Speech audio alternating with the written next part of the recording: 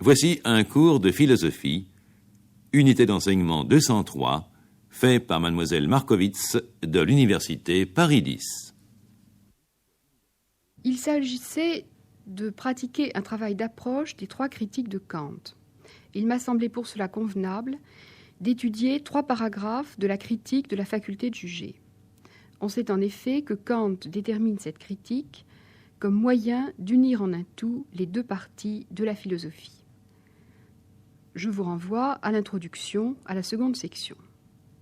Voici quels seront ces paragraphes. D'abord les paragraphes 8 et 9. L'universalité de la satisfaction n'est représentée que subjectivement dans un jugement de goût. Le problème qui est posé ici est celui de l'universalité du jugement de goût et en même temps de la communicabilité universelle de l'état d'esprit qui lui correspond. Par opposition à la faculté théorique et à la faculté pratique, on a donc le paradoxe d'une valeur universelle du sensible. D'autre part, cette valeur n'est pas pensée comme l'effet d'un travail, mais comme l'effet d'un droit à la jouissance et d'un jeu. La seconde émission portera sur le paragraphe 59, la beauté, symbole de la moralité. Le problème de la présentation indirecte, symbolique du suprasensible s'y fait jour et introduit la fonction de l'analogie. Le beau est symbole du bien moral. La question est comment présenter analogiquement ce qui ne peut être démontré. Telle est l'opposition de ce paragraphe 59.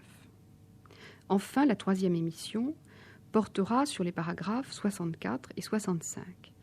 L'opposition du mécanique et de l'organique, l'opposition de la machine et du corps vivant. Cette opposition sert elle-même de modèle dans les domaines du politique et de la connaissance. On verra dans ce paragraphe une autre causalité que la nécessité se manifester dans la nature, et ce sera manifesté, de Reshef, l'accord de la nature et de l'homme, dans la mesure où l'homme lui-même est sujet de 2 législations, l'entendement et la raison.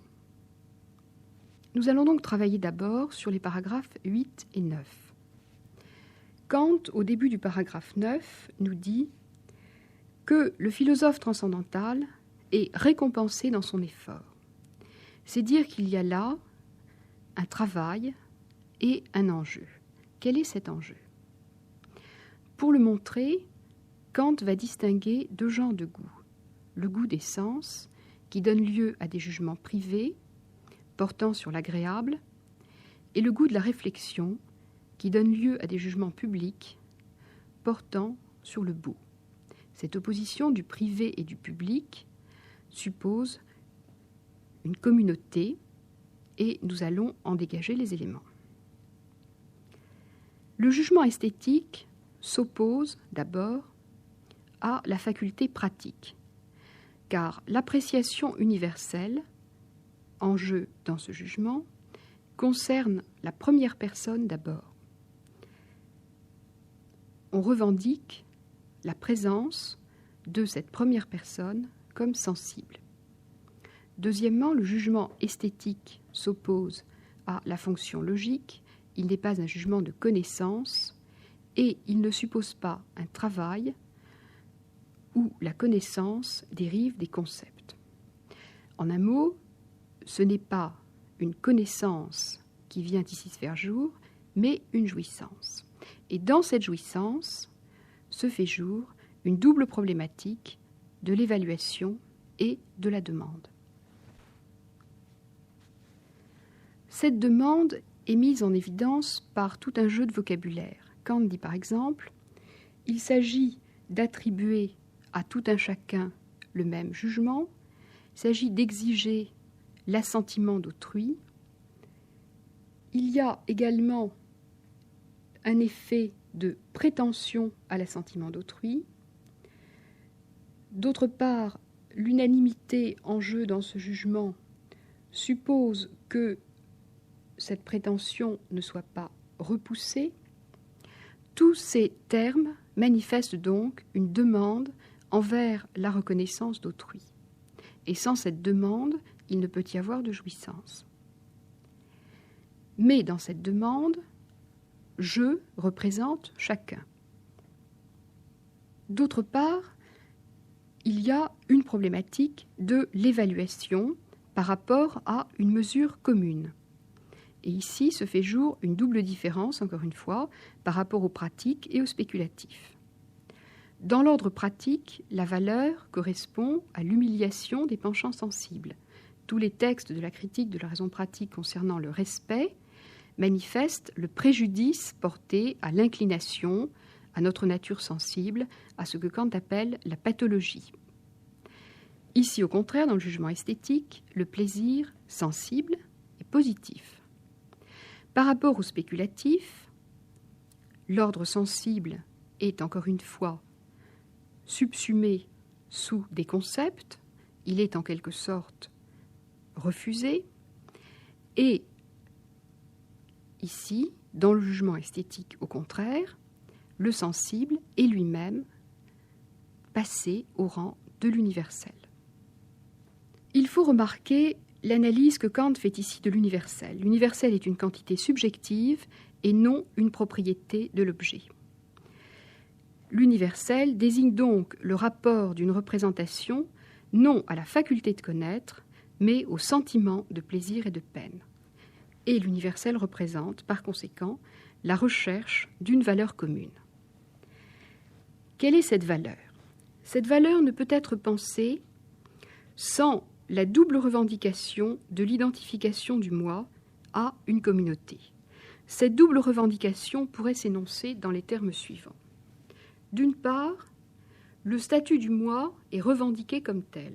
Kant dit que la jouissance est individuelle, que la sensation est personnelle, qu'on veut examiner l'objet de ses propres yeux. Mais il dit en même temps, et c'est en quoi la revendication est double, on croit avoir pour soi toutes les voies, on prétend à l'adhésion de chacun. Ici, page 59 donc, cette double revendication signifie que l'assentiment universel est donc seulement une idée qui est postulée et dont on ne recherche pas le fondement. Cette demande présente dans le jugement universel, cette demande correspond à l'identification du moi à une communauté. Et ici se fait jour une double problématique. La valeur de la connaissance correspondait, on l'a déjà dit tout à l'heure, au travail du schématisme, c'est-à-dire à la subsomption des concepts sous des catégories et à l'efficace d'un opérateur, le sujet. Ici, la valeur du jugement esthétique correspond non à une communication à proprement parler, mais à une universelle communicabilité. Ce qui est en jeu ici, c'est une société universelle, une communauté humaine, une culture et même davantage une fonction civilisatrice.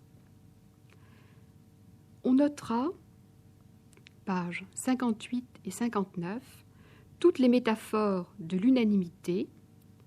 Kant parle d'une universalité des voies. Il dit encore « on croit avoir pour soi toutes les voies et l'on prétend à l'adhésion de chacun, bien que toute sensation personnelle ne soit décisive que pour le sujet et sa satisfaction propre. » On pourrait encore citer la fonction civilisatrice de l'art, page 130. Un homme abandonné sur une île déserte ne tenterait pour lui-même d'orner ni sa hutte, ni lui-même, ou de chercher des fleurs, encore moins de les planter pour s'emparer. Ce n'est que dans la société qu'il lui vient à l'esprit de n'être pas simplement homme, mais d'être aussi à sa manière un homme raffiné. C'est le début de la civilisation. On considère en effet ainsi celui qui tend et est habile à communiquer son plaisir aux autres et qu'un objet ne peut satisfaire lorsqu'il ne peut en ressentir la satisfaction en commun avec d'autres. De même, chacun attend et exige de chacun qu'il tienne compte de cette communication universelle en raison d'un contrat originaire, pour ainsi dire, qui est dicté par l'humanité elle-même. Voilà ici l'intérêt du jugement sur le beau. Il est lié à ce contrat originaire de l'humanité. Kant ajoute encore l'idée de la communicabilité universelle, sous-entendu d'un objet beau, en accroît presque infiniment la valeur.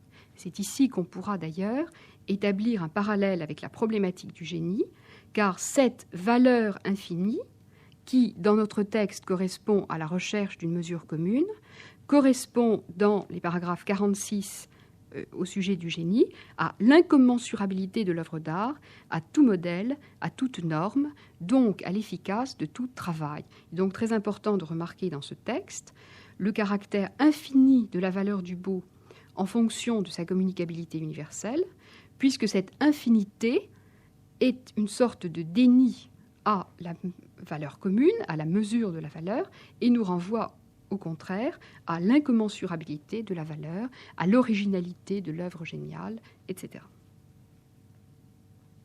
Ajoutons encore, au sujet de cet intérêt du beau, ce que le philosophe en retire et qui est en quelque sorte la récompense de son effort. Cet intérêt permet d'exposer un anneau central de la chaîne des facultés humaines a priori, dont toute législation doit dépendre. C'est la suite du paragraphe 41, page 131.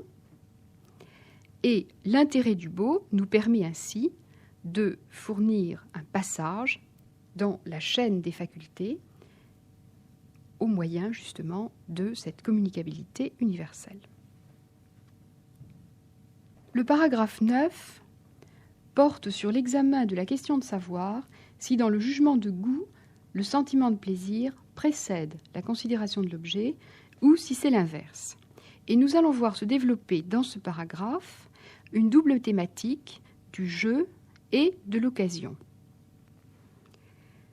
Disons en même temps que cette double thématique du jeu et de l'occasion va nous renvoyer au principe de la présentation indirecte dont il sera question dans l'émission suivante, et nous renvoyer également au problème de l'opposition entre l'imitation et l'identification, puisque dans les processus esthétiques, soit de jouissance, soit de production par le génie, il ne s'agit pas d'une transmission directe de règles selon lesquelles opérer un travail, mais au contraire, d'une identification à quelque chose qui est inconnu, à quelque chose qui est marqué en quelque sorte par une place vide. Et l'effet de cette demande est très important par rapport à toute la philosophie kantienne. Donc, dans ce paragraphe 9, cet acte de juger précède le plaisir concernant l'objet et est le fondement du plaisir venant de l'harmonie des facultés de la connaissance. Autrement dit, qu'est-ce qui est communiqué ? Ce n'est pas une connaissance. Ce qui est communiqué, c'est un état d'esprit. Qu'est-ce que cet état d'esprit ? Cet état d'esprit aura quelque chose à voir avec l'âme comme principe vivifiant de l'esprit, comme faculté de la présentation des idées esthétiques. Je cite certaines phrases du paragraphe 49. Et ce qui va importer dans le paragraphe 9 que nous lisons en ce moment, c'est le sentiment du libre jeu, J-E-U, des facultés, à propos d'une représentation donnée. Ainsi, la représentation n'est qu'un prétexte, qu'une occasion, que le moyen d'un détour. Les facultés, c'est-à-dire l'entendement et l'imagination, jouent entre elles. Elles sont en harmonie. L'entendement n'a nul effet de subsomption par rapport à l'imagination. Il ne la contraint pas. On voit donc que les deux thèmes du jeu et de l'occasion sont absolument liés ici. Prenons le paragraphe 49 et résumons-en rapidement les éléments avant de voir comment, dans le paragraphe 54, le jeu est caractérisé. Dans le paragraphe 49, Kant nous dit que l'âme est le principe vivifiant du jeu des représentations et que le poète se risque à donner un corps à des idées rationnelles, mais que par là, il donne à penser bien plus qu'un concept déterminé. On a donc un certain surplus dans la présentation du rationnel, puisqu'on sait que les idées rationnelles ne peuvent pas être conceptualisées. C'est précisément leur statut d'idée. Le poète, cependant, se risque à leur donner un corps, c'est-à-dire qu'il se risque à donner à l'imagination l'occasion de s'étendre sur une foule de représentations de même famille. Il lui donne, dit encore Kant, il donne encore à l'imagination un élan pour saisir par la pensée, quoique de façon confuse, plus qu'on ne peut comprendre dans un concept. Ainsi, une variété de représentations partielles, librement employées, inspirent une âme à la lettre du langage. L'imagination fournit à l'entendement une matière abondante qu'il emploie pour vivifier les facultés de connaître. Et le talent pour communiquer une disposition d'esprit subjective, le talent pour produire ce plus là où on a, comme je le disais tout à l'heure, en reprenant les termes de la critique de la raison pratique, une place vide, ce talent donc s'appelle le génie. Cette heureuse harmonie des facultés repose donc sur l'opposition de la lettre et de l'esprit, sur l'opposition entre animer et connaître, et d'une certaine façon sur une opposition que nous aurons à travailler dans la 3e émission, l'opposition du mécanique et de l'organique. Voyons maintenant dans le paragraphe 54, pages 158-159, comment le jeu, comme équilibre des forces vitales, accroissement de la vie corporelle, nous fait comprendre cette harmonie dans l'accord entre l'âme et le corps. Les termes employés par Kant sont les suivants. Tout jeu libre et varié des sensations, qui n'ont aucune intention comme motif, fait plaisir parce qu'il intensifie le sentiment de santé, que nous ayons ou non de la satisfaction dans le jugement de la raison sur son objet et sur le plaisir lui-même. Donc, dans ce plaisir, l'esprit est animé. Kant dira encore, toute la vie du corps semble accrue. L'animation est purement corporelle, bien qu'elle soit produite par des idées de l'âme, et que le sentiment de santé, grâce à un mouvement des entrailles correspondant au jeu, constitue tout le plaisir. Il ajoute « Ce n'est pas le jugement de l'harmonie dans les sons ou des traits d'esprit, auxquels leur beauté ne sert que de nécessaire véhicule, mais bien l'activité de la vie corporelle, l'affection, qui agite les entrailles et le diaphragme, en un mot, le sentiment de la santé, qu'on ne peut éprouver sans une telle occasion, qui constitue le plaisir que l'on trouve à agir sur le corps par l'âme et à faire de celle-ci le médecin de celui-là. Il ajoutera encore qu'il y a une relation d'action réciproque entre le corps et l'âme et que la représentation de l'objet beau produit un jeu des représentations comparable à un équilibre des forces vitales dans le corps. La question qui se pose maintenant est de savoir de quelle manière nous avons conscience d'un accord subjectif réciproque. Nous avons conscience d'un accord et nous n'imitons pas un processus. Et il faudrait à cet égard confronter ce paragraphe 9 à 2 textes. D'une part, les textes sur le génie, dans lesquels Kant explique qu'en matière d'art, il n'y a pas d'imitation, qu'Homère ou Wieland ne peuvent être imités parce qu'ils ne peuvent donner eux-mêmes les règles selon lesquelles ils ont produit leur œuvre. Celle-ci est par conséquent absolument originale et incommensurable, et en même temps que son auteur est tout à fait aveugle sur les fins qui ont pu présider à son œuvre, bien qu'il puisse donner les conditions selon lesquelles il a effectué cette œuvre. Mais par contre, dans l'ordre scientifique, Newton peut établir la preuve de ses hypothèses. Il peut par conséquent, dans une continuité, énoncer les différentes propositions qui l'ont amené à sa découverte. L'opposition entre continuité et discontinuité est ici fondamentale. Il s'agit donc de l'opposition entre une communication qui opère selon une continuité et une communicabilité qui opère dans une discontinuité.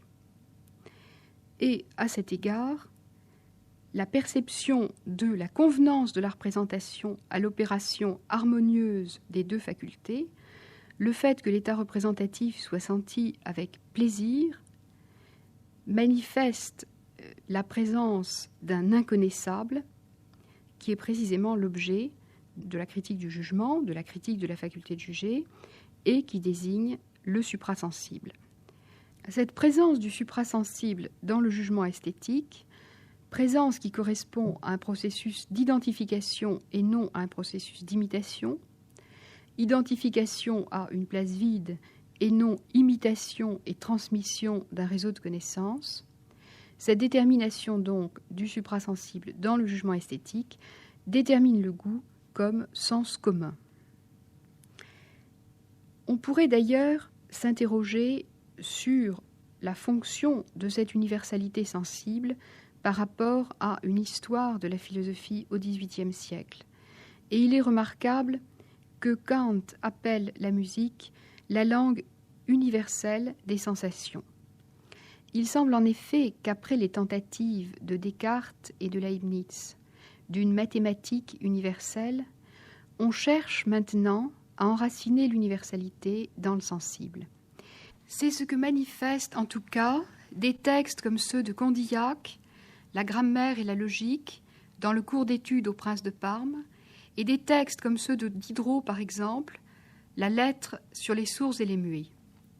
Il s'agit d'une langue universelle des sensations, puisqu'il s'agit précisément de savoir comment chacun des sens est capable de transmettre à un autre sens un certain message et comment le sensible est en quelque sorte codé comme un pluriel de systèmes, de telle sorte qu'il puisse y avoir des échanges d'informations entre ces systèmes.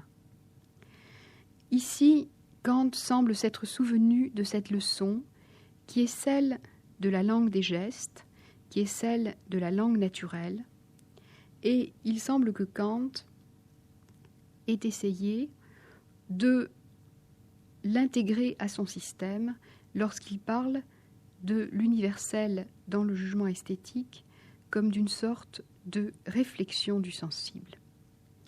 Une réflexion du sensible, c'est-à-dire précisément la communicabilité, le pouvoir de communiquer un plaisir et le plaisir réflexif de le faire.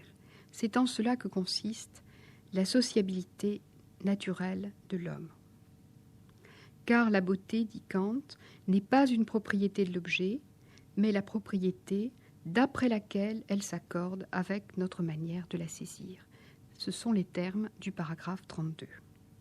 Pour préparer la lecture du paragraphe 59 et la détermination du beau comme symbole du bien, on pourrait donc caractériser le génie comme symbole de la nature.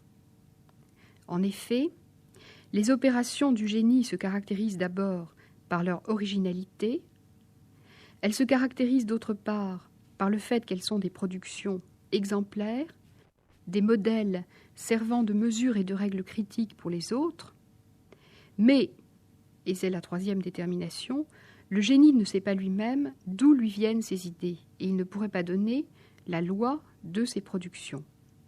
Et enfin, quatrième détermination, la nature se sert du génie, il est pour elle comme un favori, et il symbolise en quelque sorte ses opérations.